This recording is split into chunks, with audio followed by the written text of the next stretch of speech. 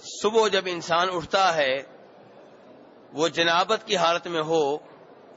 اور غسل کیے بغیر روزہ رکھ لے، اسی طرح اذان ہو جائے، فجر طلوع ہو جائے، تو ایسے آدمی کا روزہ ٹھیک ہے، غلط نہیں ہے۔ غسل بعد میں بھی ہو سکتا ہے، فجر کی اذان ہو گئی اس کے بعد غسل کیا جائے اور نماز پڑھ لی جائے،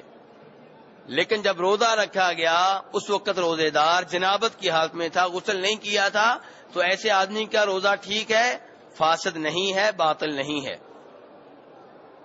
یہ وہ مسئلہ ہے جس مسئلے میں صحابہ کرام میں بھی اختلاف پیدا ہوا تھا۔ چنانچہ جناب ابو ہریرہ رضی اللہ تعالیٰ عنہ کہا کرتے تھے کہ جو آدمی صبح اٹھے اور جنابت کی حالت میں ہو، احتلام کی حالت میں ہو، غسل اس کے اوپر واجب ہو چکا ہو، اور اسی طرح فجر کی اذان ہو جائے، فجر طلوع ہو جائے، تو ایسے آدمی کا روزہ نہیں ہے۔ ابو بکر ابن عبد الرحمن ابن حارث، انہوں نے یہ الفاظ جناب ابو ہریرہ کے منہ سے سنے اور اپنے والد کو بتائے، کیونکہ انہیں تعجب ہوا کہ یہ مسئلہ بڑا عجیب و غریب ہے جو ابو ہریرہ بیان کر رہے ہیں رضی اللہ تعالی عنہ۔ تو عبد الرحمن اپنے بیٹے ابو بکر کو لے کے جناب عائشہ اور جناب ام سلمہ کے پاس آئے، ان سے بات کی، انہیں بتایا، تو انہوں نے بتایا کہ ایسا کئی دفعہ ہوا کہ نبی علیہ السلام صبح اٹھتے، غسل آپ کے اوپر واجب ہوتا، آپ روزہ رکھ لیتے، بعد میں غسل کرتے اور نماز پڑھ لیتے۔ تو عبد الرحمن اور ابو بکر دونوں مروان کے پاس آئے، مروان بن حکم کو بتایا کہ ابو ہریرہ ایسے کہہ رہے ہیں اور نبی علیہ السلام کی جو بیویاں ہیں وہ ایسے کہہ رہی ہیں۔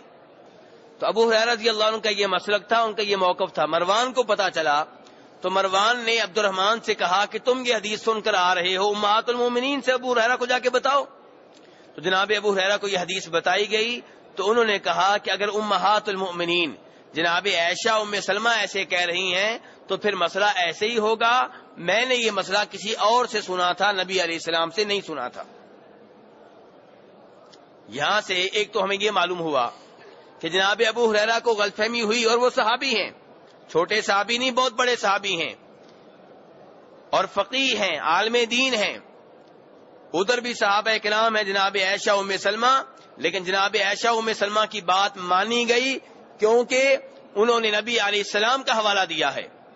تو اس سے یہ بھی پتا چلا کہ بڑے سے بڑے علماء کرام کے مابین، بڑے بڑے اماموں کے مابین، بڑے بڑے بزرگوں ولیوں کے درمیان جب اختلاف پیدا ہو جائے تو فیصلہ کہاں سے ملے گا؟ نبی علیہ الصلوۃ والسلام سے ملے گا، اور علماء کرام میں سے کسی ایک کو غلط فہمی ہو سکتی ہے، غلطی لگ سکتی ہے، جو معصوم ہے وہ صرف نبی علیہ الصلوۃ والسلام ہے۔